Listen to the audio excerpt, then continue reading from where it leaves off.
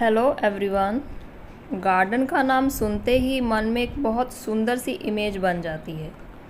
उस इमेज को बनाने में उस गार्डनर की जो अनथक मेहनत लगती है वह सिर्फ़ और सिर्फ एक गार्डनर ही जानता है, या फिर जिसको गार्डनिंग करने का जुनून हो। चाहे उसके पास 20 गमले हों या 500-600 पौधों से उसने अपना पूरा घर सजा रखा हो, लेकिन काम सबके एक जैसे ही रहते हैं। हमारे आसपास में या यूट्यूब पे बहुत से ऐसे गार्डनर्स हमें मिल जाते हैं जिनकी मेहनत देखकर दिल खुश तो बहुत हो जाता है, और दिल करता है कि हमारे पास भी एक ऐसा ही सुंदर और ताजगी से भर देने वाला बाग बगीचा हो। आज मैं कुछ ऐसे ही काम आपके साथ डिस्कस करूंगी जो हमारी बगिया को हरा भरा और स्वस्थ रखते हैं, और उम्मीद रखती हूँ कि आप भी मेरे इन बातों से सहमत होंगे। तो सबसे बड़ा और एनर्जी कंज्यूमिंग काम रहता है कंटेनर को तैयार करना। उस कंटेनर या गमले को तैयार करना जिसमें हम अपने पौधे या फूल लगाते हैं, और वो हमें पूरा साल खुशी देते हैं। जैसे ही सीज़न बदलता है वैसे ही उस सीज़न के हिसाब से पौधों की सिलेक्शन भी बदलती है, और उसके साथ ही जितने भी कंटेनर्स और गमले आपके पास रहते हैं उनको खाली करना होता है, उनकी मिट्टी को सैनिटाइज़ करना होता है। और सैनिटाइजेशन में चाहे 15 दिन लग जाएं, चाहे 1 महीना लग जाए, ये काम तो करना ही पड़ता है। मिट्टी में बहुत सारे न्यूट्रिशंस भी डालने होते हैं, जैसे कि वर्मी कंपोस्ट, काऊ डंग कंपोस्ट, बोन मील और भी माइक्रो न्यूट्रिएंट्स। और मुझे खादें अरेंज करने में बहुत बड़ा काम लगता है। अगर हम ये सब न्यूट्रिशंस नहीं डालेंगे तो पौधे स्लो ग्रो करेंगे, और हम सारी टाइम यही सोचते रहते हैं कि पौधे क्यों उतनी मनचाही ग्रोथ नहीं ले रहे। इसलिए ज़रूरी है कि जैसे ही मौसम बदलता है हम अपने गमलों को सही तरीके से उनकी मिट्टी भरें और उनको एक प्लानिंग के साथ अरेंज करें। इन ग्रो बैग्स और कंटेनर्स की प्रेपरेशंस अगर सही तरीके से हो जाए तो पौधे भी हमें सपोर्ट करते हैं और नए माहौल में एडजस्ट करने में ज़्यादा वक्त भी नहीं लगाते। नेक्स्ट काम रहता है सीडलिंग ट्रांसप्लांट्स करने का या सीड्स सोइंग का। सबसे इंटरेस्टिंग काम मुझे यही लगता है। और ये जब छोटे छोटे पौधे एक बच्चे की तरह बढ़ते फूलते हैं तो मन में जो सुकून और खुशी मिलती है वह सिर्फ एक गार्डनर ही समझ सकता है। और हाँ, सीडलिंग स्पेशल केयर भी बहुत मांगती है। ज़रा सा ध्यान हट जाता है तो सब मेहनत ख़राब हो जाती है। और स्पेशली टेरेस गार्डनिंग करते हुए इन बातों का ख्याल स्पेशल रखना पड़ता है। कहीं हमारी सीडलिंग ख़राब तो नहीं हो रही, कहीं उनमें मॉइस्चर कम तो नहीं हो रहा, कहीं उनको धूप ज़्यादा तो नहीं लग रही। ये सब बातें ध्यान में रखनी ही पड़ती हैं।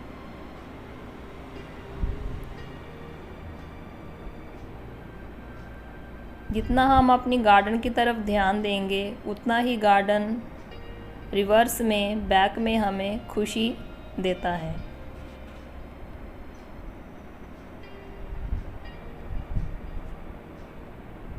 इसमें और भी बहुत सारी बातें होती हैं। जो नेक्स्ट बात हम करेंगे वो सन एंड शेड अरेंजमेंट्स की बात करेंगे।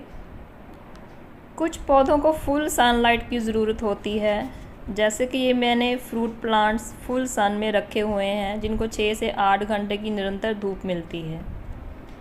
और कुछ विंटर सेविंग्स प्लांट्स होते हैं जिन्हें शेड की ज़रूरत होती है, जैसे कि विंटर से समर्स आते ही इन प्लांट्स को शेड में रखना पड़ता है, उसकी भी अरेंजमेंट। जैसे कि सीज़न के साथ साथ हमारा भी रहन सहन और खाना पीना चेंज हो जाता है, वैसे ही इन प्लांट्स के साथ भी है। सर्दियों में गर्माहट की ज़रूरत होती है तो गर्मियों में ठंडक की। आजकल हमारे पंजाब का टेम्परेचर 43 डिग्री से ऊपर जा रहा है, तो ऐसे में पौधों को एक्सट्रीम हीट से बचाने की ज़रूरत रहती है। इस हीट से बचाने के लिए हम तरह तरह के जुगाड़ करते हैं। जिनके पास ग्रीन नेट है वह ग्रीन नेट का प्रबंध करते हैं ताकि डायरेक्ट धूप पौधों पर ना पड़े। अगर डायरेक्ट धूप पौधों पर पड़ती है तो हो सकता है कि पौधे जल जाएं, जो हमारे फल बन रहे हैं वो आगे ना बढ़ें। अगर ग्रीन नेट नहीं है तो मल्चिंग की जाती है। मल्चिंग क्या रहता है? मल्चिंग में हम पौधों की मिट्टी को किसी न किसी चीज़ से ढक देते हैं, चाहे वो सूखे पत्ते हों या आपके पास गत्ते हों।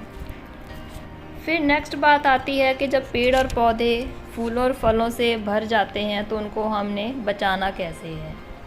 जैसे जैसे कोई पेड़ पौधा बढ़ता है तो उसमें इंसेक्ट्स अपना घर बनाने लगते हैं और हमारे पूरे प्लांट्स के फूल और फल ख़राब करने लगते हैं। ऐसे में ऑर्गेनिकली कंट्रोल करना भी एक बड़ी चुनौती है और बहुत से तरीक़ों से हम अपनी बगिया को इंसेक्ट फ्री रखने की कोशिश करते हैं। इसके बाद बात आती है जो सबसे ज़रूरी और महत्वपूर्ण है, वह है पौधों को नियमित रूप से पानी देना। पानी देने में भी कुछ नियम होते हैं, कुछ रूल्स होते हैं। अगर इनको अनदेखा किया जाए तो प्लांट्स का सर्वाइव करना मुश्किल हो जाता है। आप जैसे देख रहे हैं कि मैं कुछ प्लांट्स में पानी दे रही हूँ और कुछ में नहीं। ऐसा क्यों? क्योंकि प्लांट्स की सॉइल में हमें मॉइस्चर मेंटेन करना होता है। ये नहीं कि पानी की पाइप उठाई और सभी पौधों को भर भर कर पानी दे दिया। पौधों को या तो सुबह पानी दीजिए या शाम को। गर्मियों में तो हर रोज़ पौधों को ज़रूरत के हिसाब से पानी देना पड़ता है, जबकि सर्दियों में तो 7 से 10 दिन भी हो जाते हैं पानी दिए को। मिट्टी में सिर्फ़ और सिर्फ इतना मॉइस्चर होना चाहिए कि वह पौधे की पानी की ज़रूरत को पूरा कर सके, ताकि उस पानी से पौधा बढ़े और फूले।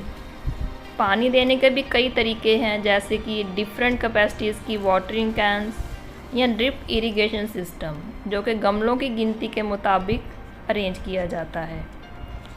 पौधों का स्वस्थ रहना और सुंदर दिखना भी बहुत ज़रूरी है। जितने भी फूलों वाले पौधे हैं, अगर हम उनकी डेड हेडिंग नहीं करते तो दूर से देखने में प्लांट्स बहुत ही बदसूरत दिखते हैं। और डेड हेडिंग क्या होती है? जब भी फूल खिलते हैं 1 या 2 दिन के बाद वह मुरझाते ही हैं।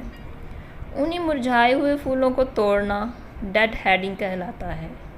यह मत सोचिए कि इससे प्लांट्स को कोई नुकसान होगा या मैं प्लांट्स ख़राब कर बैठूंगी। जितना भी आप इनकी डेड हेडिंग करते रहेंगे उतना ही प्लांट्स हेल्दी और ब्यूटीफुल रहेंगे। गार्डनिंग के कुछ इंटरेस्टिंग कामों में यह मेरा सबसे पसंदीदा काम है। ऐसे ही बड़े और छोटे प्लांट्स की प्रूनिंग भी इनकी ग्रोथ के लिए बहुत ज़रूरी है। जितना आप अपने गार्डन को साफ़ सुथरा रखेंगे उतना ही गार्डन आपका हरा भरा और लहलहाता रहेगा।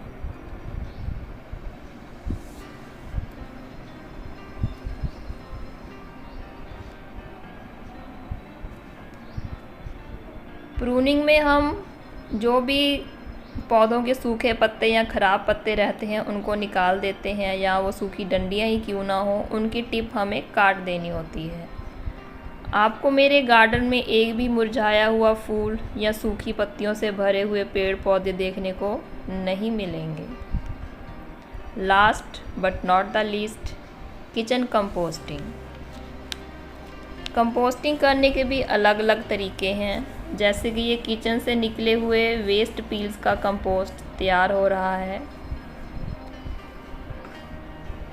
इसको भी तैयार होने में 3 से 6 महीने लग जाते हैं। और यह कुछ पके हुए केलों का लिक्विड फर्टिलाइज़र।